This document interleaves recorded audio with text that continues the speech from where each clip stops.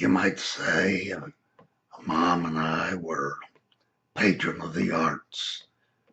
We loved the music and symphony, and opera, ballet, alley theater. After a while, we had to drop the alley because I couldn't understand what was going on the stage. We began with opera at its very earliest inception when it was at the uh, Coliseum, and for many years went every Sunday afternoon. And once Mom said to me, you know, opera is terribly long and it's hard for me to sit this long. How about we stop the opera, continued with symphony and ballet? I said that was fine. I liked them both. Ballet was very exciting. There was action, there was color, and there was music, and there was a great variety. As Mom grew weaker and I could help her, but it got to the point where she needed a wheelchair. So I would help her out of the car, into the wheelchair. She would wait for me while I parked the car, and then I would come back and help her down to our seats in row H, seats 1 and 2. I would lift her out of the wheelchair into her seat, and sometimes an usher would come, take the wheelchair and park it outside the entrance to the theater, and I would get into seat 2. As Mom grew weaker and less attentive, she would hold my hand, always hold my hand, but when the music started, the lights went down, she would go to sleep.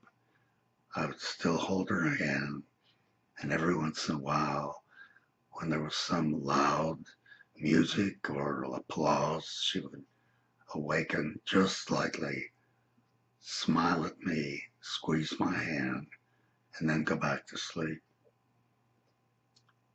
As time went on, my back grew worse, and I could no longer lift her from the wheelchair into her seat. So I enlisted the help of 2 ushers.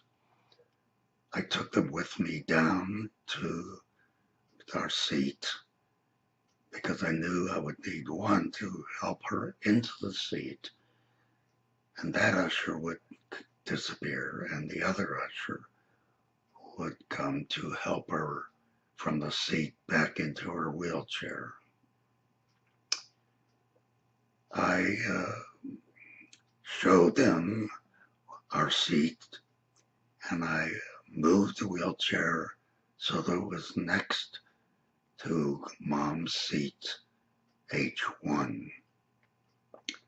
The first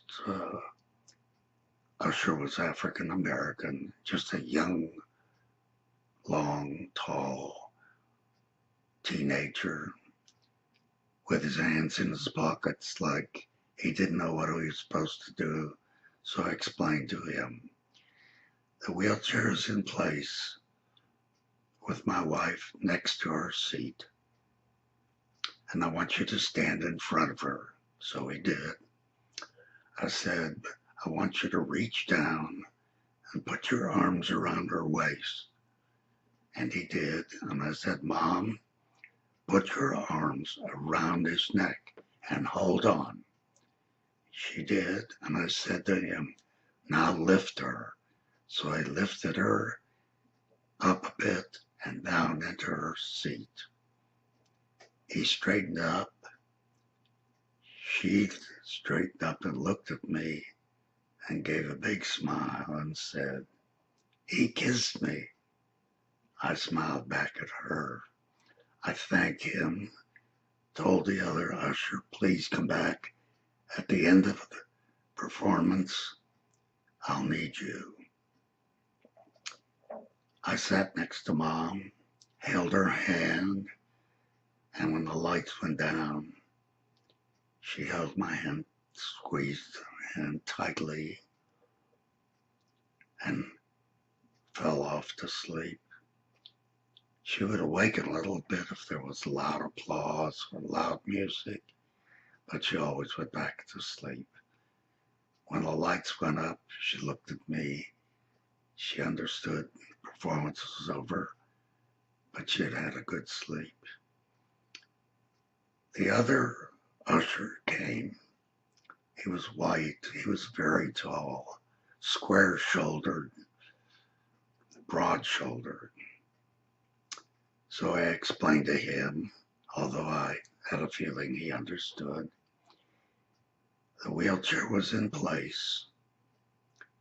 I told him he had to reach down to her as she was in the seat. And he did. I said, "Hold her around the waist." And I said, "Mom, put your arms around his neck." When they were in place, I said, "Now lift her out of the seat into the wheelchair." He did. When she was in place, he raised himself up. She sat up straight and said with a big smile, "He kissed me." I said, "I'm glad you had a good time." It was a great afternoon at Ballet.